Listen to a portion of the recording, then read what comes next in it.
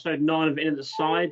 I'm Dom Harbin. I'm joined by JK and Neil Williamson. And this evening, we're joined by the man who does this. Sinoti, can he get through? Yes, he can. In the end, has to let it bounce, and that means that Sinoti shrugs off one challenge, shrugs off two.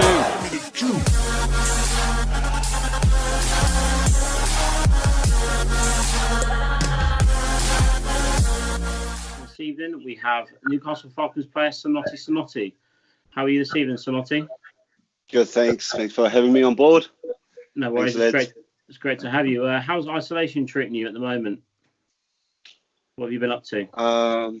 So today, pretty much me and my wife are basically in a routine now, which how many of us a weeks it is now. So I obviously wake up early at about roughly 6. I Skype back at home real quick with the family, and we do like a prayer every morning. I wait for my daughter to wake up, pretty much sort her breakfast out, get her changed, brush her teeth, and then today we went down for a little walk down near the park, walk back, and then had some lunch. Pretty much that was it. Nothing special. Sounds like a good day. So yeah, you were keeping fit during the lockdown. Are you getting any club targets set for you? Pretty much, mate. I'm just trying to motivate myself and mix and match and do whatever I need to do to stay on top of it.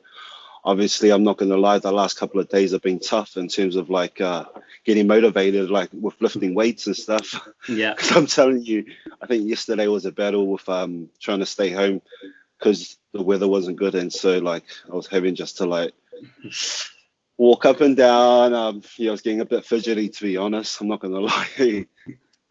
Yeah, no, blame you. So we'll just go have a quick chat about your career. Obviously, started at Toulon.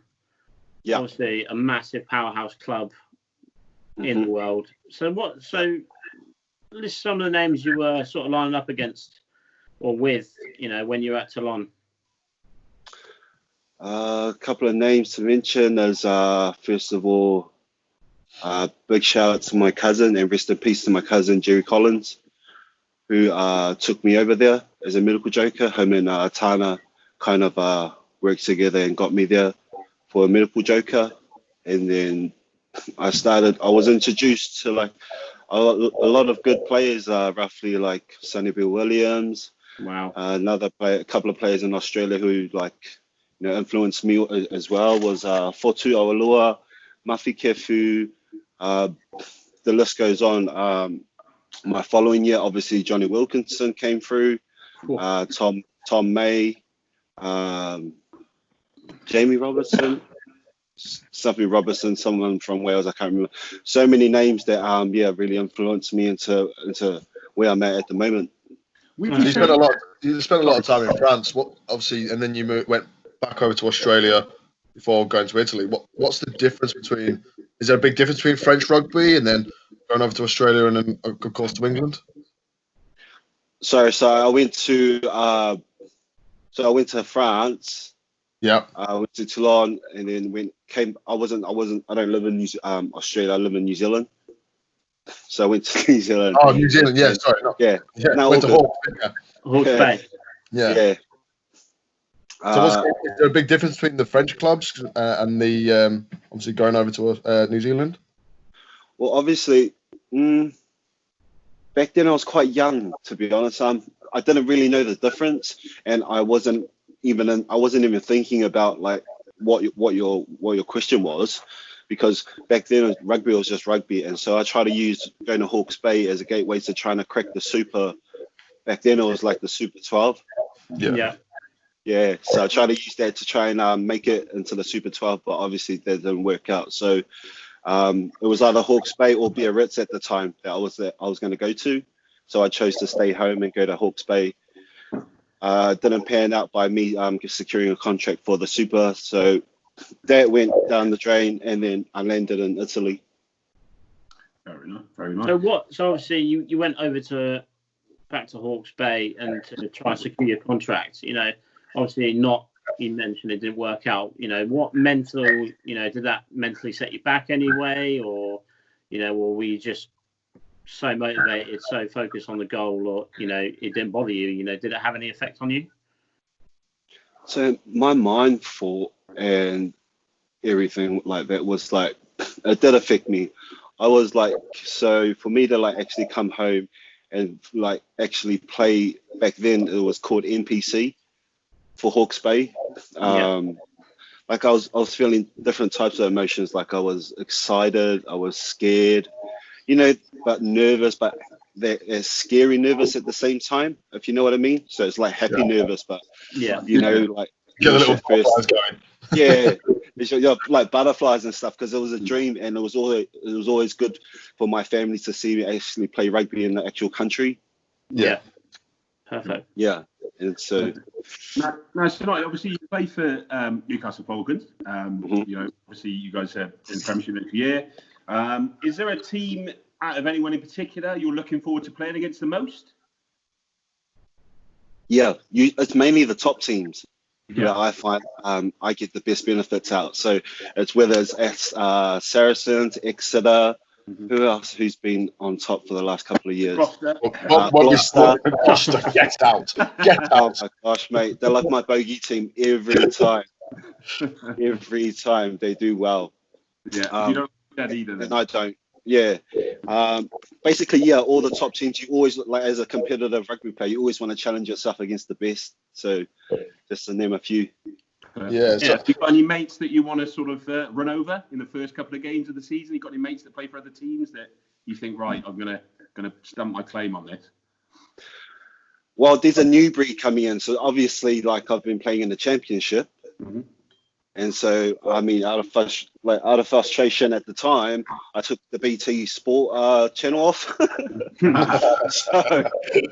so I don't watch pretty much didn't watch no Premiership rugby. Just followed like obviously results and whatnot. But I've been seeing a lot lately coming up on like my feed and stuff. Like there's a lot of new breed like wingers who play in my position come through, which is like, I mean, as an old timer now, looking down at like looking towards like the Premiership, you kind of admire these kids. Once you get to my age, you think, wow, they're completely taking my position into another level, which is crazy and good at the same time. Because when you get to my age, you kind of like just admire at what these kids are doing at the moment, because when you're coming towards the end of your career, you kind of take it all in and stuff. So no, it's good to see. But at the same time, trying to answer your question, of course, mate. Like it's a competitive sport. I'm turning up and like. Well, so obviously I've got a lot of friends, but then once that whistle blows, we're not friends for 80 minutes. So go to wartime. He's the young as the old was. Exactly. Yeah. So how has life in the Championship been this season? Has it been? I think it was Toby Flood who came out and said that it felt like a hollow promotion due to obviously getting the season cut short and then going up through like a simulation process. Is that a feeling across the squad? Obviously, I can't speak for the squad, but to be honest, if the way we got promoted, I was quite happy just to even take it. I'm not gonna lie, mate. Like winning's winning. The start, winning's winning, and I remember from the start how I was feeling. Like personal wise, I'm not going to speak about the team, but personally, like I remember being relegated and how I felt, and I was like there is no way. I don't want to nothing against the Championship, but I did not want to play Championship rugby. Yeah. Just considering my age and everything, like I wanted to finish on a high note. Oh, well, I'm still actually in the game, but like I felt like, hang on, I couldn't afford like one more year going into the Championship and then coming in at like 35 into the Prem and expected to like stay on my game and be as like. I was just looking at that kind of perspective, like. In terms of like, my age and everything, I still wanted to play top level rugby. I felt it at the same time. But yeah, obviously I got over that and then played in the Champ, which was such an experience. Absolutely. Yeah, definitely. In terms of the Premiership next season, do you think the Premiership will suffer with Saracens not being there? do you think the standard maybe won't be as high, or do you think that I mean, what are your thoughts on it? What do you think? Well, they've still got Exeter. If Gloucester weren't there, it'd be a whole different matter. Mate, just considering on Saracens, like, you know, like obviously they're one of the best teams, which like probably in the world, and for them to see, for whatever reason happen, them going down and stuff. Like, I'm not going to get into like the business, the way like act like I know what happened, but like, yeah, it does as a personal level, it does affect in terms of you wanting to play the best as a competitive player. Yeah. But it's like, you know, it is what it is. It's out of my hands. Obviously they're going down, which is, you know, their issue. But yeah, as a player's point of view, you kind of always want to test yourself. Of course, but like obviously you can't speak because, you know, they've broken the law somehow, so I can't speak on them. But whoever's next, whoever's the best one. Say again. It makes for an interesting championship next year, at least. Well, I say interesting. We kind of know what's going to be the results for that. But given I know. Coming from the championship, can you see it be a big impact to the championship rather than an impact to the Premiership? It's going to be more championship. So it's going to demoralise a lot of teams. I think it will be it's pretty much just a waiting game for Saracens, pretty much. Yeah. I mean, them with their wider squad and the potential they got in their team with their leadership, I think it's a breeze. So they're pretty much just going to bite the bullet for one season and then come straight up by the looks of it. Especially when you're cutting the championship budget in half for the other teams who it's going to struggle to compete against this top thing. But will that budget do you not think that budget will affect Saracens as well, because they'll be under their budgeting rather than the Premiership? So they're going to lose out a lot of money. Do you think that's going to have a massive impact on them as well? Especially of course, mate. Of course it is. It's just going to be like a disadvantage to the other teams straight off the bat. I mean, I think Saracens could even afford to field like their B team if they have a B team. I mean, they've got so much talent around the field. They live and breathe winning because they've won so many, you know, obviously like silverware. That's what you do as a team. If you live and breathe it, and you win all the time, it's like unacceptable to lose. Of course. So you see a lot of people talking about it a lot in the media that they obviously believe Sarri's going to give, you know, the boys playing for England a lot of time off because they're playing the Championship now.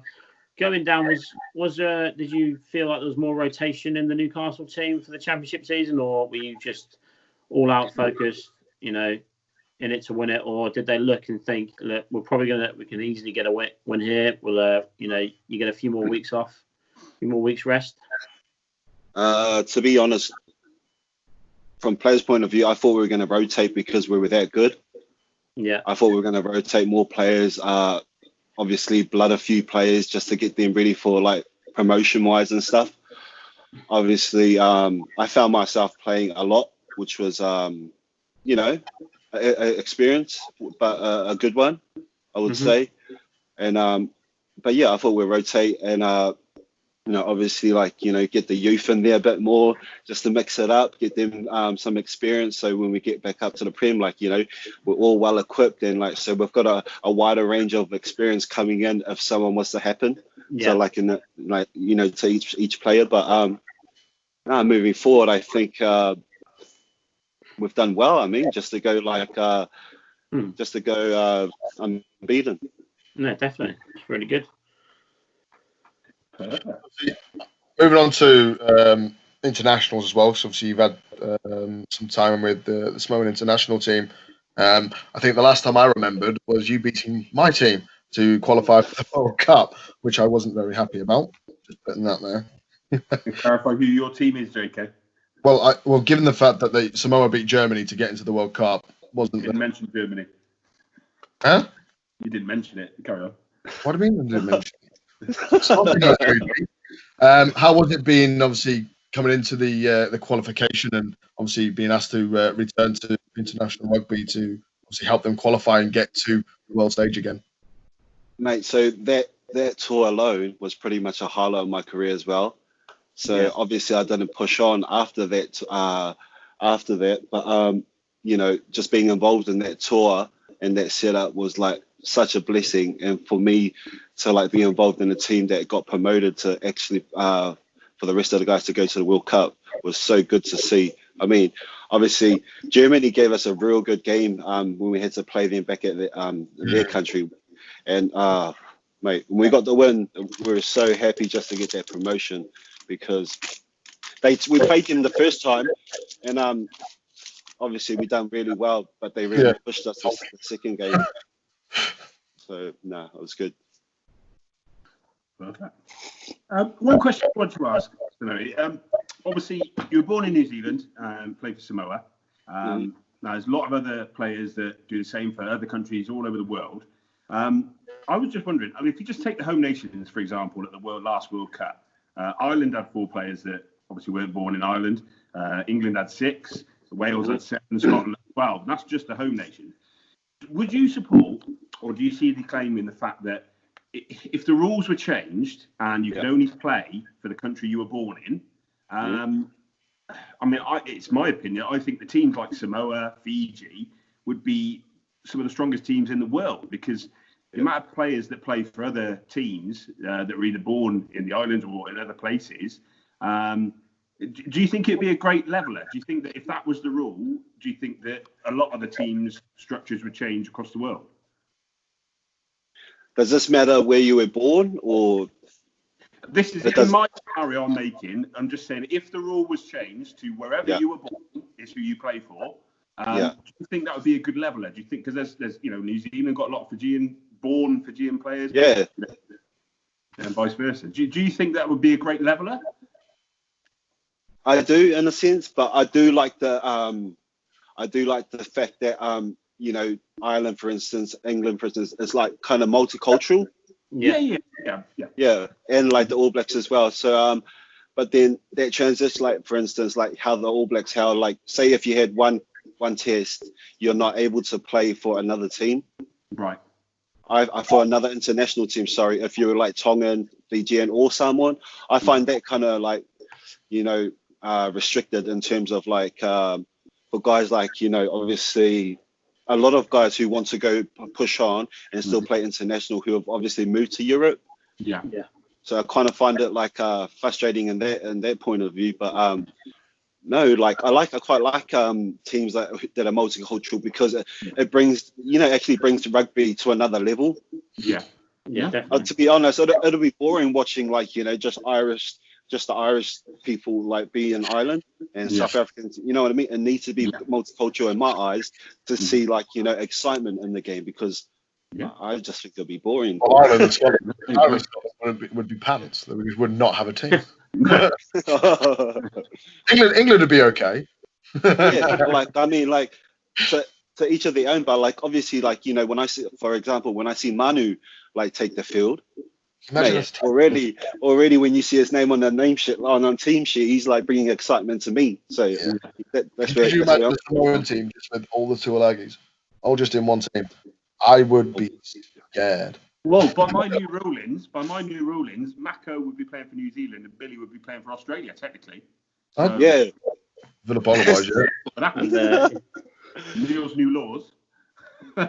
Oh mate, those but we brothers are so good. Team then, so. Scenario Neil. Scenario Neil strikes again. Any other scenarios, Neil? Loads more. No, because we'll be here forever. So you've gone from full-time training, full-time rugby. You've been at it, hammer and tongue to win the championship. Obviously now that's having to take an absolute nosedive to not being around the lads, not doing that, and obviously a lot of people are going to start feeling that mentally. I think you mentioned it before, that you started getting into a routine, but it was a struggle starting to lift weights and things. Obviously, is that a kind of the same feeling within the team? Obviously, from what you're hearing from guys, are starting to think, oh, itchy feet, I want to get back out there ASAP, and starting to kind of feel this isolation a little bit mentally.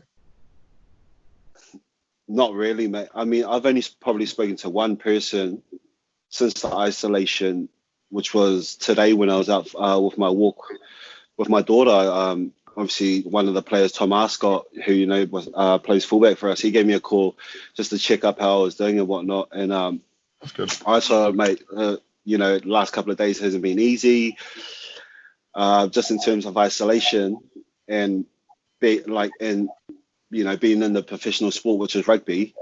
I think rugby is like I think this situation has surpassed actual rugby at the moment. Yeah. So in my point of view, I'm not even thinking about rugby. I'm just thinking about trying to get sorted, because this is bigger than actual rugby. Rugby is just a sport when it comes to things like this. People are actually dying. It's not like I'm a professional in it, but I'm just seeing results, and like, this is serious business. And rugby is not even near close to my mind. It's about like trying to get over this. Yeah. This is history here. This is crazy.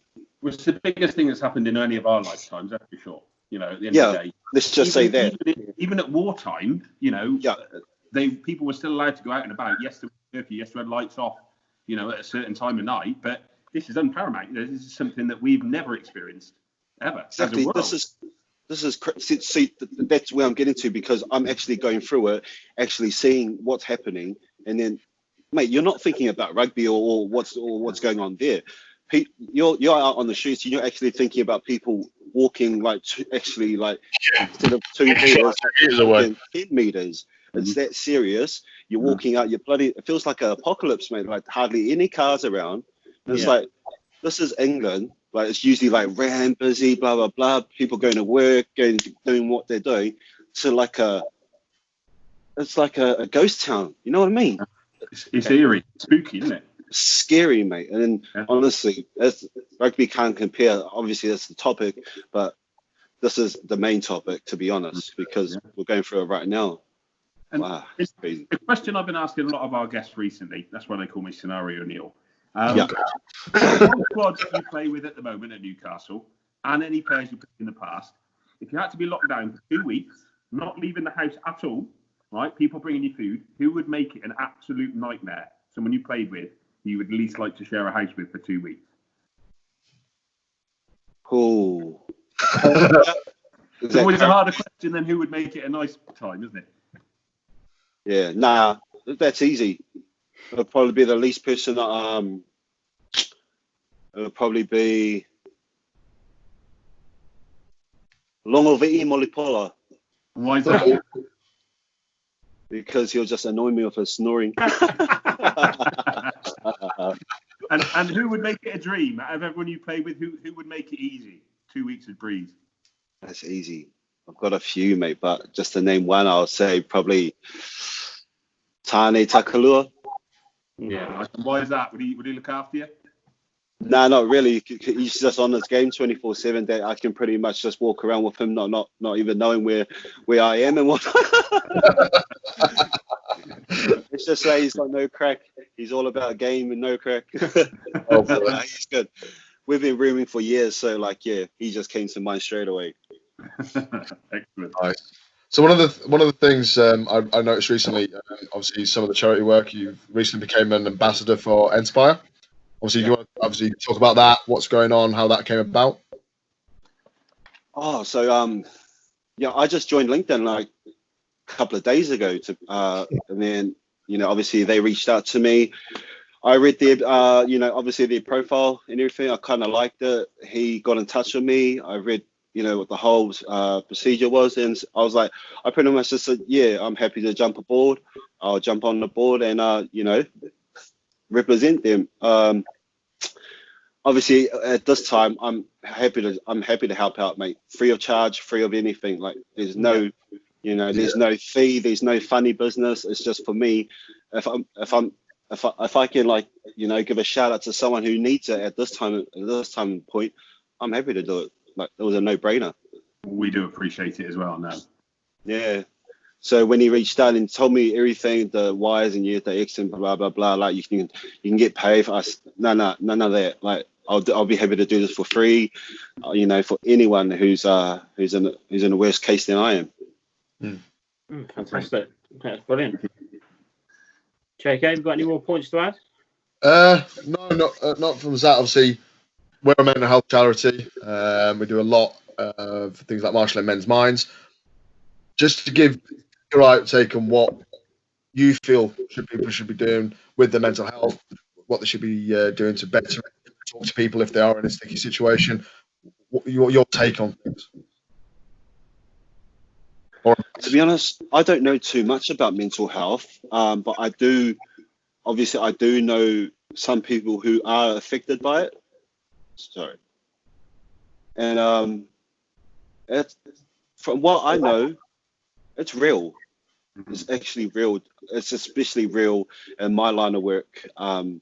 So obviously you go through your ups and downs, your sad moments, so obviously boys who struggled this year in terms of playing in the in the Championship would come to training and not have the same attitude every day. And so their mindset will be up and down, up and down. I can only talk from experience because I was going through the same thing. So I was coming to work and I was feeling I don't want to be here. How am I going to get excited to get me up? It was such a mental game. Obviously coming to training and so there was no motivation. So you had to kind of try and find motivation to motivate yourself. Especially, because I'm not going to lie, coming into games and playing in the Championship from the Prem and being the first time in the Championship, my mindset was always Premiership, so it was quite tough going into the Championship. Coming to trainings, mentally train and everything, you had to dig deep, which was easier than some people than not, if you get what I mean. Yeah, definitely. Yeah. So there was always a mental battle in that aspect of things, but no, that mental illness is so serious to the point where people actually commit suicide, and obviously it affects a lot. I've looked into it a little bit. It affects players a lot, in my line of work, especially when you retire.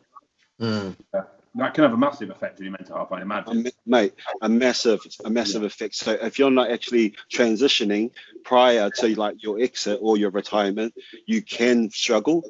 Yeah. You can struggle, which it's proven throughout the years, with guys transitioning out without no plan B, will go through some sort of mental illness, or some kind of mental something that's not quite there. And what's if you don't mind me asking, what's your plan B when you eventually retire? Are you going to go into commentary, coaching? What's on the scorecard for yourself? So I'm basically just trying to gain as much experience, trying to utilize this time right now to gain as much as experience as possible. So I think I mentioned I'm really into real estate at the moment. Would like to build something like to build a nice portfolio. Yeah. I would like to look into the business to see if I want to venture in that aspect. Currently doing a PT course, which is good to do just to keep busy while with my wife and daughter. And then October I'm going to start a business and management course, which is looking forward to. So yeah. I'm just trying to gain as much experience as possible. So when I do transition out, I do actually have some qualifications and stuff. It's not just a shock, is it? No, so exactly. So I'm just speaking on my. There's one thing that was good about the Championship is being able to multitask. So I could do both. I could play rugby and then I could put some focus on transitioning into life after rugby. Yeah. Because I've been the oldest winger for a couple of years now and I'm still in the game. You know what I mean? So if it's you don't see no 34-year-olds playing these days or running around on the wing anymore. It's crazy. So yeah. I'm sure when the Premiership rugby is too much for you, we'll have a shirt, Dodger 7 shirt ready for you. So you'll be on the bench to start with, I'm afraid. But yeah, you're not taking my place. I'm keeping my winger's spot. Wow. Perfect. So, yeah, thank you very much, Sinoti. It's been an absolute pleasure having you on. Thank you for taking up the time. And hopefully we'll get you back out in the Premiership soon and see you to run over some more Gloucester players. That's that. We'll get you on after that Gloucester game so we can talk about it. Yeah. Mate, might be the other way around. As you can tell, Neil is the Gloucester fan, and we like to remind him of that. I'll be in the shed. Don't worry, I'll see you there. Mate, they play some nice rugby. Oh, with the I bloody I forgot his name now. You're on about Johnny May going on the wing over there, mate. That's going to be so Johnny May with that young kid on the other wing. Yeah. Oh, that's fire. That's fire. Yeah. Their back line is looking immense. Yeah. And so the whole back line, you've got 12 decent centres, you've got it's going to be disgusting. Absolutely. They got Sipsy at 10 still running the ship. It's like they'll cause havoc. Sips is going to be putting Johnny May in with some crossfields, I can tell you. Oh, no doubt, 100%, mate. Johnny May's going to be putting himself in for crossfields. Yeah, mate. Have you seen that kid's transitioning from when he first started to where he is now? It's unbelievable. You could tell he's put in the work. Oh yeah. So he's not just a runner. He can actually work, cover, defend. It's awesome to see his transition into where he's at the moment. So I like it. Excellent. Perfect. Like I say, big thanks. Yeah, it's been great having you on, Sinoti. And thanks, guys. Thanks for having me on. Catch you in a bit. Thanks very much. Cheers, mate. Thank you. Cheers, mate. Bye.